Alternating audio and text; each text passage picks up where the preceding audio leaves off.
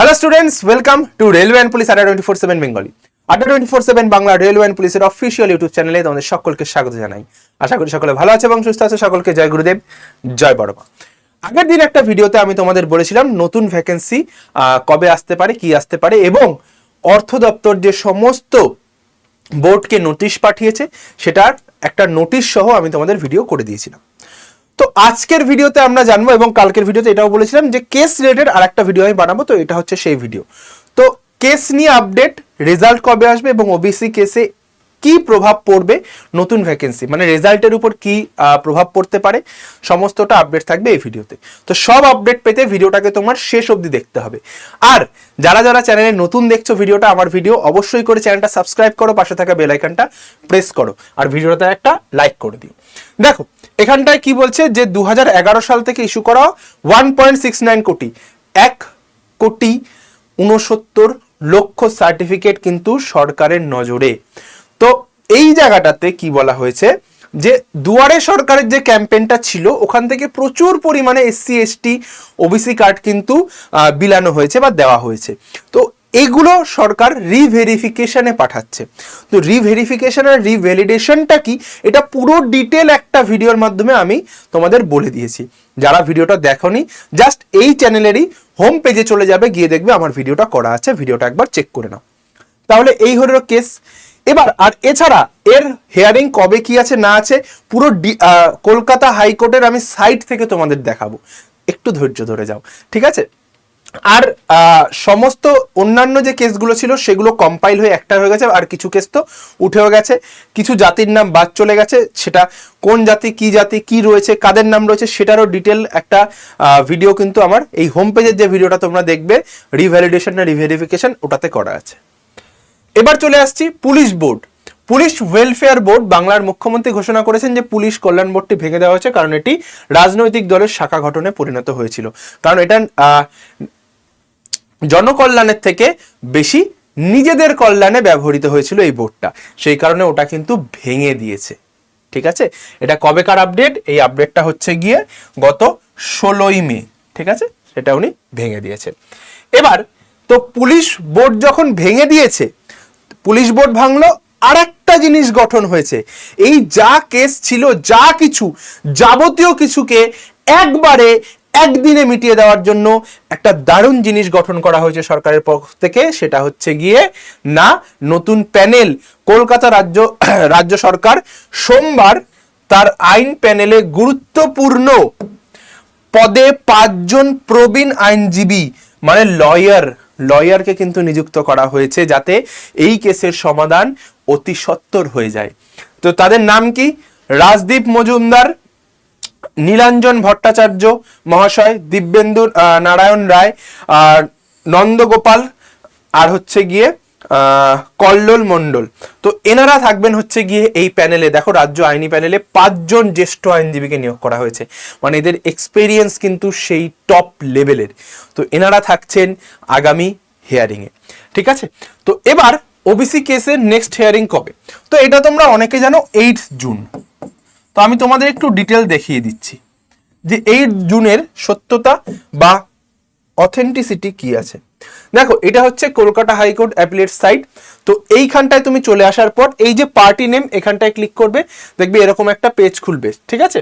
এখানে ক্লিক করার পর তোমার পার্টি নেমে ক্লিক করো, তারপরে দেখবে এখানে তোমার পিটিশনারের নাম চন্দন ধারা, তুমি যদি লেখো, ইয়ার লেখো 2026, পুরো লেখার পর তোমার কাছে পুরো কেস হিস্ট্রিটা আসবে হচ্ছে গিয়ে এই দেখো।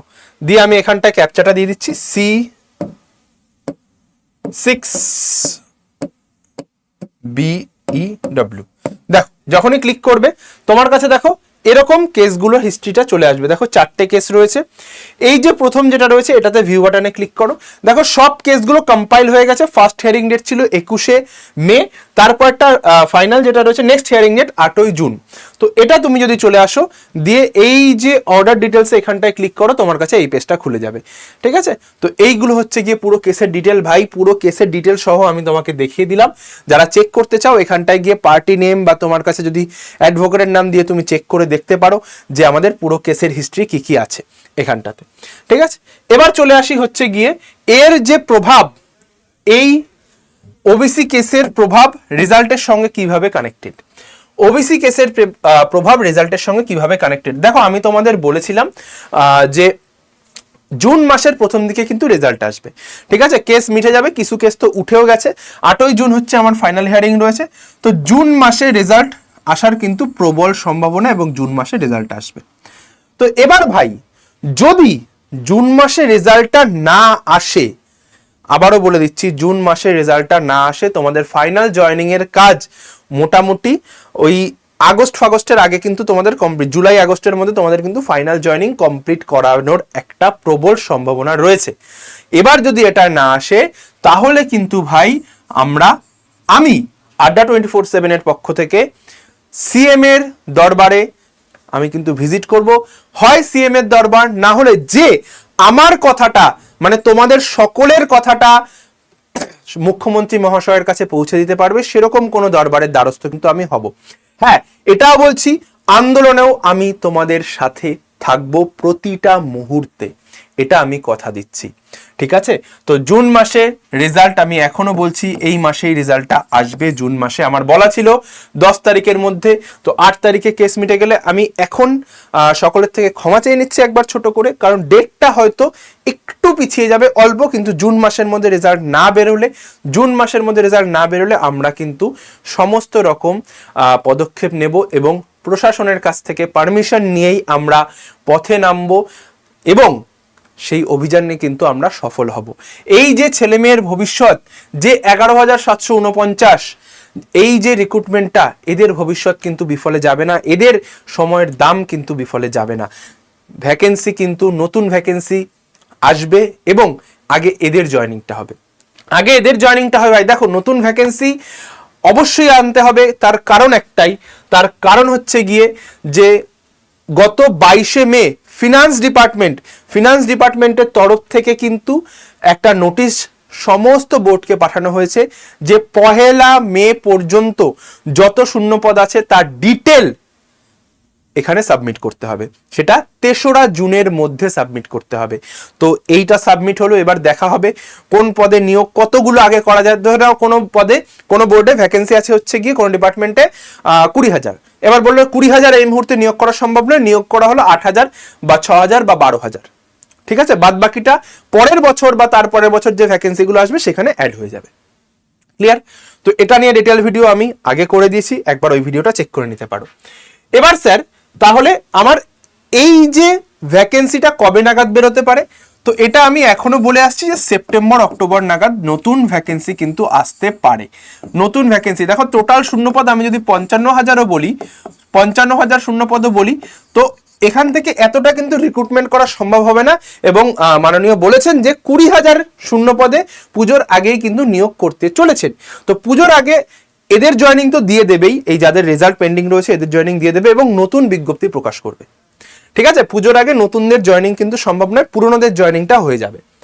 এবার এখান থেকে বড় জোর 15,000 থেকে 20,000, খুব সম্ভবত 15,000-এর নিচেই থাকবে যতদূর ধারণা, ঠিক আছে? কিন্তু একটা রেকর্ড ব্রেকিং ভ্যাকেন্সি কিন্তু আসতে চলেছে এই বছর।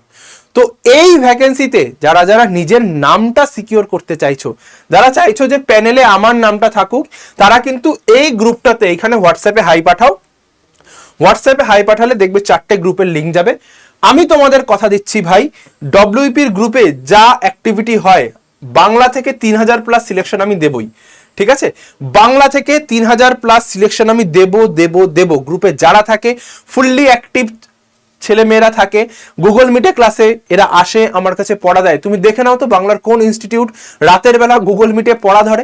হ্যাঁ, রিসেন্ট কিছুদিন আমি করতে পারিনি, কিছু আমার ম্যারাথন ছিল সেই কারণে। আর বেস্ট কোয়ালিটি কন্টেন্ট ক্লাস কিন্তু এই চ্যানেলেই হয়, সেটা ঠিক সন্ধ্যে 6টায়। তো যারা যারা চাইছো এখানে হাই পাঠিয়ে ডব্লিউপির গ্রুপটায় জয়েন হয়ে যাও। কথা দিচ্ছি ভাই, নিরাশ হবে না, বিফলে যাবে না। এখন কোনো ব্যাচ বা কোনো বই কিছু নিতে যেও না, যখন আমি বলবো তখন নাও। একটু 6-7টা দিন একটু টাকা জমিয়ে নাও, 6-7 ডেজ একটু টাকা জমিয়ে নাও। আমি আগের বারও বলেছিলাম 6-7টা দিন একটু কিছু টাকা জমিয়ে নাও, খুবই অল্প দামে ডব্লিউবিপি কেপির মেইনস, অর্থাৎ কলকাতা পুলিশ কনস্টেবলের mains, WP constable, Kolkata police constable, WP SI, Kolkata police SI, আবগারি, সব ব্যাচের প্রিলিমস থেকে মেইনস পর্যন্ত সমস্ত কিছু কিন্তু এই একটা ব্যাচে কভার হবে। সরি, এবার এই ব্যাচে তোমার বাংলা থাকবে আবগারিতে, আবগারির ভ্যাকেন্সিও কিন্তু আসতে চলেছে। বাংলা থাকবে, আর বাংলা পড়াবে তোমাদের বাংলার অন্যতম সেরা শিক্ষক তোমাদের শুভদীপ স্যার, শুভেন্দু স্যার, যারা তোমরা দেখেছো। তো এনারা কিন্তু তোমাদের ক্লাস করাবেন, যারা কিন্তু MA ফ্রম সেন্ট জেভিয়ার্স। তাহলে বুঝতে পারছো কেমন কোয়ালিটির পড়ানো হবে। পড়ার মাত্র শুধুমাত্র এই 2-4টে মুখস্থ করে গেলাম এইভাবে পড়লে বাংলা হয় না ভাই, এটা সাহিত্য, ওইভাবে হয় না। 50টা নাম্বার থাকবে। তো যারা চাইছো পাস করতে, আমি বলবো এইটুকু, এই নাম্বারটা হোয়াটসঅ্যাপে হাই পাঠিয়ে গ্রুপটায় জয়েন হয়ে যাও। টু দ্য পয়েন্ট গাইডেন্স তোমরা পাবে, হ্যান্ড রিটেন নোটস তোমরা পাবে। সন্ধ্যে 6টার ক্লাসে তোমরা জয়েন করো, কিভাবে কি গিফট দিই শুধু দেখে নিও। ওখানটায় ফ্রিতে যা জিনিস দিই ভাই, কন্টেন্ট প্রোভাইড করি, গোটা বাংলায় কেউ দেয় না। চলো ভিডিওটা এখানে শেষ করলাম, যারা গ্রুপ জয়েন করবে করে নিও। আর নতুন ভ্যাকেন্সি আসবে, এবং আমি এটুকু কথা দিচ্ছি, প্রত্যেকটা স্টুডেন্টের পাশে আমি আছি। যা করার দরকার হয় CM এর দরবারে আমি খুব শীঘ্রই যাব, যদি না এই জুন মাসের মধ্যে রেজাল্টটা না আসে, আমি যাবই যাব, আমি এটুকু কথা দিচ্ছি। এবং সেদিন গিয়ে আমি শর্টস ভিডিও বা ছবি তুলে আমি তোমাদের দেখাবো, এটুকু কথা দিচ্ছি। যদি চাও তোমাদের মধ্যে থেকে কেউ আমার সঙ্গে আসতে, যেতে আমি কবে যাব, আমি তার আগে একটা শর্টস বা কিছু করে আমি জানিয়ে দেবো, তোমরা আমার সঙ্গে যোগাযোগ করে চলে আসতে পারো। ঠিক আছে? জয় গুরুদেব, জয় বড়মা, ভালো থেকো, সুস্থ থেকো, আর যুদ্ধে থেকো। আমরা কিন্তু থামছি না ভাই, লড়ে যাচ্ছি, এবং এই লড়াইয়ের শেষ পরিণতি হবে আমাদের সিলেকশন। চলো টাটা, দেখা হচ্ছে রেগুলার ক্লাস সন্ধ্যে 6টায়।